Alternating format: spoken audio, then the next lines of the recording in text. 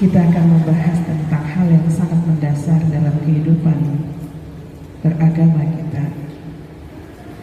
Suatu hal yang menjadi akar, satu hal yang menjadi dasar dan pokok yang sangat penting dalam kehidupan beragama kita. Satu hal yang amat besar pengaruhnya dalam kehidupan keimanan seorang dunia dan akhirat. Tidaklah sempurna agama seseorang, tidaklah sempurna pengabdian seorang hamba Allah kalau tidak memiliki dasar yang kuat. Maka akidah akan menjadi tolak ukur akan kesempurnaan keimanan, agama, pengamalan serta pengamalan seorang. Akan menjadi tolak ukur bagaimana sempurnanya kedekatan seorang dengan rohnya. Akan menjadi tolak ukur bagaimana hablum minan nas wa hablum minallahnya seorang. Saudara-saudaraku jamaah rahimahullah, selanjutnya mari senantiasa bersolawat kepada Rasulullah SAW, yang karena contoh-contoh beliau, yang karena nasihat-nasihat beliau, kita sampai pada zaman yang terang, sampai pada ad-dinul haq, ad-dinul Islam. Saudara-saudaraku jamaah kajian tahajud qaul insyaallah dirahmati Allah.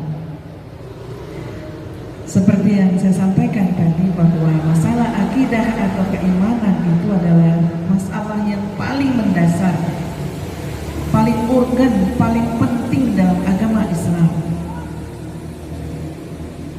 Masalah akidah dan keimanan ini adalah merupakan masalah yang gaib, yang tidak bisa diketahui secara mendetail kecuali dengan hidayah. Kecuali dengan hidayah atau bimbingan wahyu Allah Azza wa Jalla yang diturunkan oleh Allah kepada manusia melalui Rasulullah Sallallahu Alaihi Wasallam. Oleh karena itu kita harus selalu senang dan senantiasa memohon kepada Allah. Kita disyariatkan untuk selalu memohon dan memperbanyak memohon dan memperbanyak permohonan kita, agar Allah senantiasa memberikan kita hidayah serta petunjuk dan taufik kepadanya. Bagaimana para nabi dan rasul menjelaskan kepada umat manusia, bagaimana Rasulullah SAW menjelaskan kepada umatnya hingga akhir zaman akan wajibnya mereka mengimani, akan wajibnya mereka meyakini serta menjabarkan, mengamalkan apa yang diterima, apa yang diimaninya ini. Para nabi dan rasul itu tidaklah menyampaikan sesuatu itu tentang keimanan kecuali atas bimbingan dan perintah dari Allah Subhanahu wa taala. Kalau kita perhatikan di dalam Al-Qur'an, di dalam surah Asy-Syu'ara yang bawa Al-Qur'an, silakan dibuka ayat 52 dan 53. A'udzu billahi minasyaitonir rajim. Bismillahirrahmanirrahim. Wa kadzalika auhayna ilaika ruham min amrina ma kunta tadri mal kitab walal iman walakin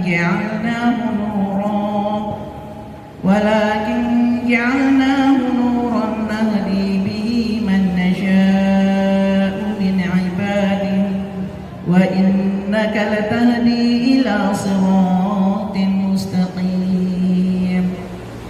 Siratil ladzina lahu ma fis samawati wa ma fil ardi ala ilallahi tasirul umur. Di dalam surat Asy-Syu'ara ayat 52 dan 53 ini Allah berfirman, dan demikianlah kami wahyukan kepadamu wahai Muhammad Al-Quran dengan perintah kami. Sebelumnya engkau tidaklah mengetahui apakah kitab Al-Quran itu dan apakah iman itu. Tapi kami jadikan Al-Quran itu cahaya, dengan itu kami memberi petunjuk kepada siapa yang kami kehendaki di antara hamba-hamba kami. Dan sungguh engkau benar-benar membimbing manusia ke jalan yang lurus, yaitu jalan yang Allah yang miliknya lah apa yang ada di langit dan apa yang ada di bumi. Ingatlah, segala urusan kembali kepada Allah. Jamaah rahimahumullah, bagaimana Allah memberitakan kepada kita bahwa para nabi dan rasul itu, khususnya Rasulullah SAW,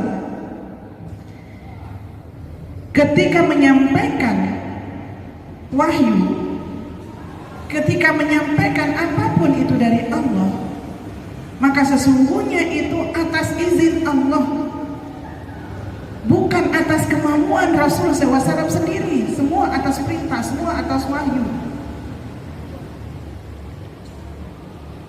Dan tidaklah engkau, kata Allah, tidaklah engkau wahai Muhammad mengetahui apakah Al-Quran itu dan apakah iman itu. Sebelumnya Rasulullah SAW, seperti yang sudah kita pahami, tidak mengerti apa-apa tentang Al-Quran, tetapi Allah lah ini yang membuktikan bahwa begitu pentingnya Rasulullah SAW atas perintah Allah menyampaikan tentang kebenaran yang ada dalam Al-Quran. Bagaimana sebetulnya keimanan itu kepada umat Rasulullah SAW, betapa pentingnya. Dan ada catatan di dalam ayat 52 ini bahwa sesungguhnya Allah memberi petunjuk. Allah itu memberi petunjuk kepada siapa yang dikehendaki oleh Allah.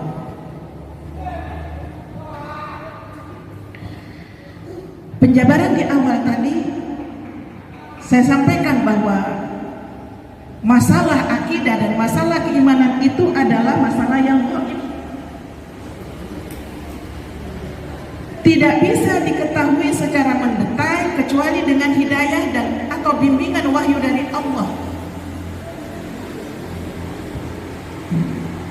Dan hidayah itu harus dicari, bukan kita diam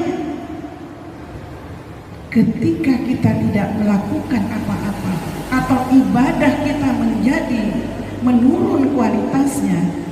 Seringkali seorang berada di balik kalimat ini, belum ada hidayah. Ketika kita melihat seseorang itu melakukan maksiat, seringkali kita memberikan sebuah kalimat, belum ada hidayah. Padahal bisa jadi kita yang menasehati orang itu adalah merupakan perantara, as-sabab. Ketika kita mengingatkan orang itu, kitalah yang ditunjukkan oleh Allah untuk menjadi as-sabab, orang itu diberikan hidayah oleh Allah. Jamaah rahimahumullah, Allah Maha berkuasa apa yang ada di langit dan di bumi. Dan segala urusan itu semua kembali kepada Allah. Segala urusan hidup dan matinya manusia itu kembali kepada Allah.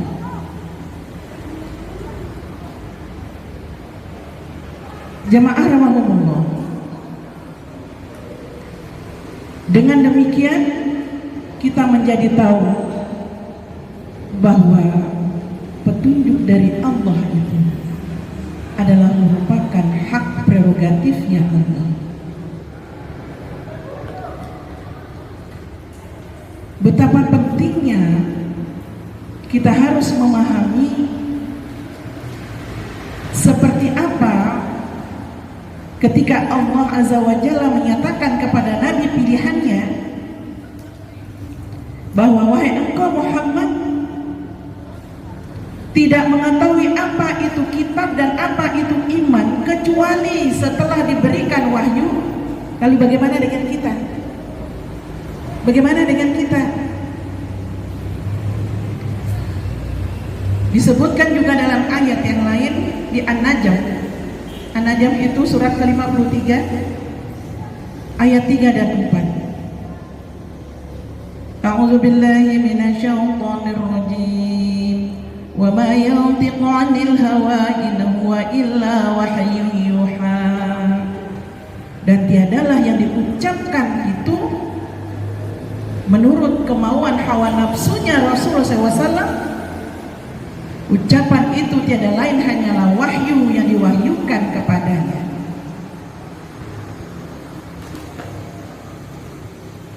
Kalau kita kembali kepada penjelasan awal betapa pentingnya hidayah ini, betapa pentingnya keimanan ini, atau betapa pentingnya akidah ini yang menjadi dasar dalam kehidupan beragama seorang dalam rangka mendekatkan dirinya kepada Allah, maka kita sebagai hamba Allah harus mengetahui juga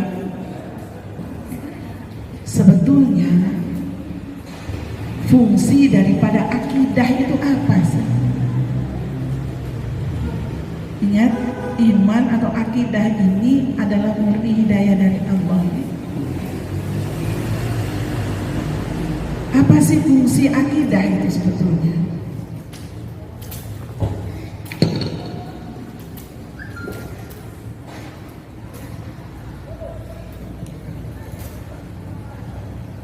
Akidah itu adalah dasar atau fondasi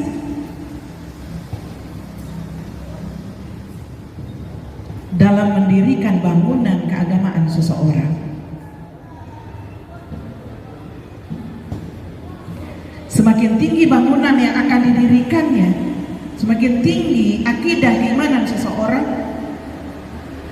maka semakin kokoh pula fondasi yang harus dibuatnya.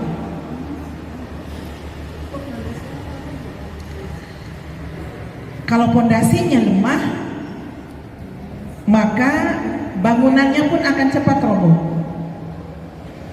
Tidak ada bangunan tanpa pondasi. Inilah akidah ini sekali lagi sebagai landasan, sebagai dasar dalam kehidupan agama seorang. Jamaah rahimahumullah, dalam ajaran Islam ini ada sistematika yang harus dipahami oleh seorang hamba Allah. Ada yang namanya akidah, ada yang namanya ibadah, ada yang namanya akhlak, ada yang namanya muamalah. Ya, itu adalah sistematika dalam agama kita yang harus kita pahami dengan baik. Akidah, ibadah, akhlak, muamalah. Atau dengan kata lain, ada yang namanya akidah, ada yang namanya syariah, ya, ada namanya akhlak, atau ada yang namanya iman, Islam dan ihsan. Ada yang namanya Islam, ada namanya iman, ada namanya iman, Islam dan ihsan. Akidah, ibadah, akhlak, muamalah, akidah, syariah dan akhlak, ataupun iman, Islam dan ihsan itu adalah merupakan aspek yang tidak bisa dipisahkan. Contohnya, penjabarannya dalam kehidupan kita, bagaimana hubungan antara akidah, akhlak dan ibadah serta muamalah itu. Seseorang yang memiliki akidah yang kokoh, akidah yang kuat, ya, dasarnya kuat, pasti dia akan melaksanakan ibadah itu dengan tertib. Ya. Indikator tertibnya adalah bagaimana Allah menjabarkan tentang ibadah itu dalam Al-Quran, bagaimana Rasulullah SAW itu mencontohkan tentang ibadah itu sendiri. Itu tertib. Jadi Hubungan akidahnya harus kuat. Ketika akidahnya kuat, maka dia akan menjalankan ibadahnya itu dengan tertib. Kemudian dia akan wujudkan itu, dia akan memiliki akhlak yang mulia, ya. Karena ibadahnya itu tertib, kualitasnya bagus, maka muncullah akhlak yang mulia. Karena akhlaknya mulia, maka dia akan bermuamalah, akan bersosialisasi dengan baik. Ya, inilah yang saya katakan tadi, bahwa aspek-aspek ini berhubungan dan tidak terpisahkan. Akidahnya bagus, ibadahnya bagus, wujud akhlaknya insya Allah akan bagus, maka muamalahnya pun akan bagus. Bagaimana kalau di antara keempat ini ada yang pincang? Ini yang ada sekarang. Ada segolongan orang yang hanya mementingkan ibadahnya saja, ya. Ngaji tidak selesai-selesai, kajian demi kajian, ibadahnya sangat luar biasa, akhlaknya sudah mulai menurun, muamalahnya apalagi, mana buktinya? Tidak care dengan tetangga, menganggap orang lain itu hina, menganggap orang lain itu dekat dengan Allah, apalagi sampai pada menganggap orang lain sesama muslim itu kufur atau kafir karena tidak sesuai dengan apa yang dilakukan oleh dirinya. Ini bahaya, ya. Maka sekali lagi, yang namanya akidah, yang namanya ibadah, yang namanya akhlak, yang namanya muamalah, ini satu paket. Mengapa harus kokoh akidah, keyakinannya? Karena ketika seorang sudah menyatakan dirinya Islam, menyatakan dirinya orang mukmin, menyatakan dirinya orang yang beriman, maka dia harus membuktikan keimanannya itu. Tidak hanya pada level dia mengucapkan dengan lisan saja, meyakini dengan hati, tetapi harus diamalkan. Wujud akidah yang kuat, yang kokoh adalah pengamalan ibadah, pengamalan daripada muamalahnya, dan pengamalan daripada akhlaknya. Itu wujudnya. Betapa pentingnya ketika akidah seorang itu kokoh, maka kuatlah keislamannya. Kuatlah keislamannya. Saudara-saudaraku insya Allah dirahmati Allah, mungkin di antara manusia atau orang yang menyatakan dirinya Islam, orang yang menyatakan dirinya mukmin itu bisa saja dia merekayasa dirinya untuk terhindar dari kewajiban formal, misalnya zakat, tapi dia tidak bisa menghindarkan dirinya dari yang namanya akidah.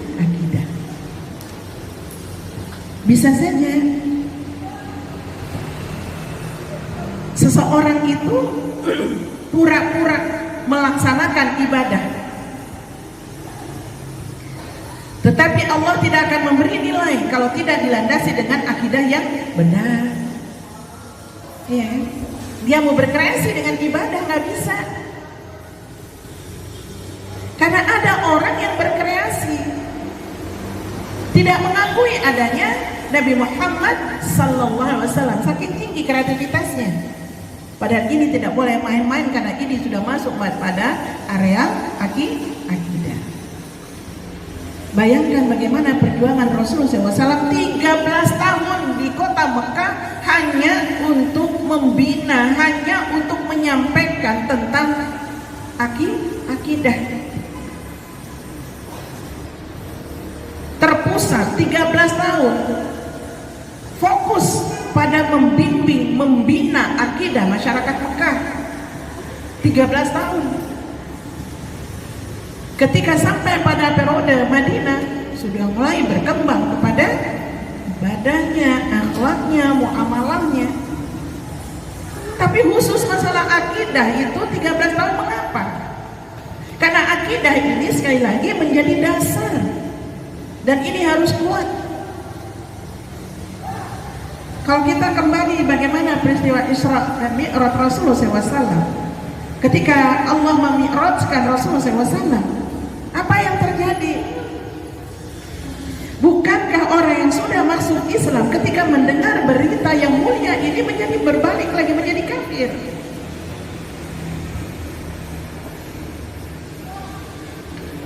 Sehingga sekali lagi, ketika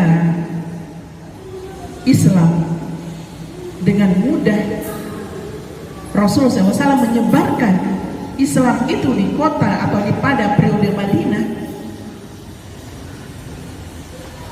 maka sampai dengan hari ini bertahan dengan kuat karena dasarnya sudah diletakkan pada periode Mekah. Ketika berada di Madinah tidak begitu sulit karena sudah diletakkan dasar yang kuat. Jamaah rahimakumullah, ketika berbicara masalah akidah, ketika berbicara masalah iman, maka seringkali manusia tidak merasa bahwa sesungguhnya fase akidahnya, sesungguhnya fase keimanannya sedang berada di bawah. Begitu pentingnya akidah, ketika kita meremehkan, ketika kita tidak berusaha menyuburkan akidah kita itu, maka ada hal-hal yang sesungguhnya kita lakukan dan itu sudah masuk pada area penyimpangan akidah. Sementara penyimpangan akidah itu adalah kehancuran, kesesatan. Karena akidah itu merupakan motivator utama bagi amal yang bermanfaat. Tanpa akidah yang benar, ya, kalau kita tidak memiliki akidah yang benar, maka kita akan menjadi mangsa. Kita akan menjadi ragu-ragu, lama-lama akan menumpuk dan akan menghalangi diri kita sendiri dari pandangan yang benar terhadap kehidupan, kebahagiaan dunia dan akhirat kita. Sehingga kalau akidah seseorang itu menyimpang, tidak lurus, tentu hidupnya akan terasa sempit. Maka ketika kita melihat orang yang bunuh diri, ketika kita melihat saudara-saudara kita seiman ada yang stres dan gila, maka sesungguhnya pada awal dalam proses kehidupannya dia tidak menyadari ada kondisi-kondisi tertentu imannya, akidahnya lemah karena tidak diperhatikan. Lama-kelamaan akan keluar dari rel. Bagaimana para wanita, bagaimana para muslimah dengan mudahnya menukar yang namanya akidah itu, cinta itu dengan akidahnya. Ya, banyak kasus di dalam bulan Ramadan kemarin di area Lombok Barat, ada daerah tertentu, saya tidak menyebutkan daerah mana, ada seorang wanita yang mampu hanya karena cinta menukar dengan kelezatan keimanan yang harusnya keimanan itu dibawanya sampai dia menghadap kepada Allah. Wala tamutunna illa wa antum muslimun, kata Allah. Tetapi dengan mudahnya akidah itu ditukar dengan yang namanya cinta, yang sifatnya sesaat, yang sifatnya nafsu. Manusia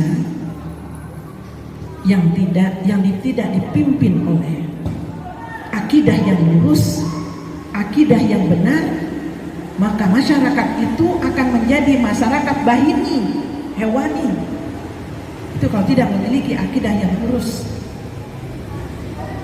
tidak memiliki prinsip-prinsip hidup bahagia, sekalipun mereka bergelimang materi dan harta. justru itu akan menjadikan dirinya tergeret, tergerus kepada kehancuran, seperti yang terjadi pada masyarakat jahiliyah. Oleh karena itu, saudara-saudaraku yang dirahmati Allah, mari kita melihat seperti apakah sebab-sebab penyimpangan akidah itu. Apa yang menyebabkan terjadinya penyimpangan akidah sahihah yang harus kita pahami. Yang pertama adalah karena kebodohan manusia terhadap akidah yang sahihah. Karena kebodohan yang dimaksud adalah karena manusia itu enggan atau tidak mau belajar, tidak mau mempelajari, atau kurang perhatiannya terhadap kondisi akidahnya.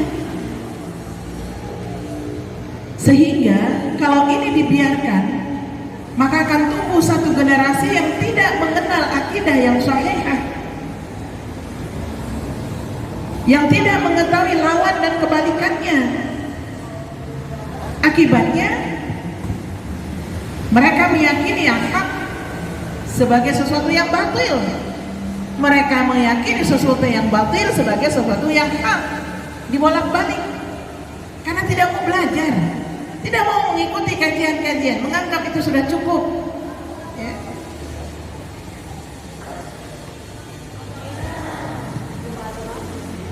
Apa yang pernah disampaikan oleh sahabat Umar radhiyallahu anhu, sesungguhnya ikatan simpul Islam akan pudar satu demi satu manakala di dalam Islam terdapat orang yang tumbuh tanpa mengenal jahiliyahan. Sungguhnya ikatan simpul Islam akan pudar satu demi satu manakala di dalam Islam terdapat orang yang tumbuh tanpa mengenal kejahiliahan.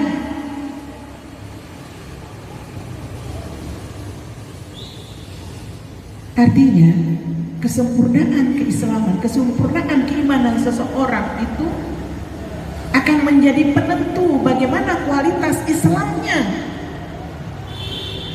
ya. Kalau kita tidak memahami bagaimana sebetulnya jahiliyah itu jahil, bodoh.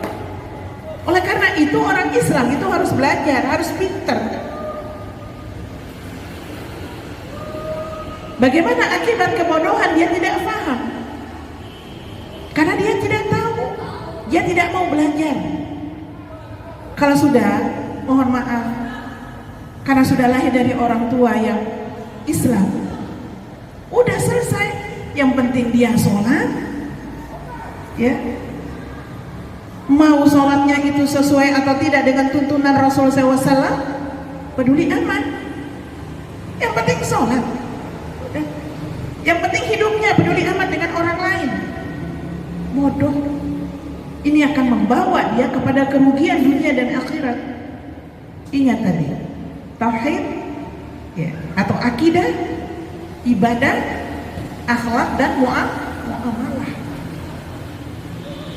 Yang kedua, penyebab daripada penyimpangan akidah karena ta'assub.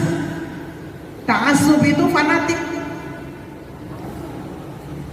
Ta'assub itu fanatik terhadap apa? Kepada sesuatu yang diwarisi dari bapak dan nenek moyangnya.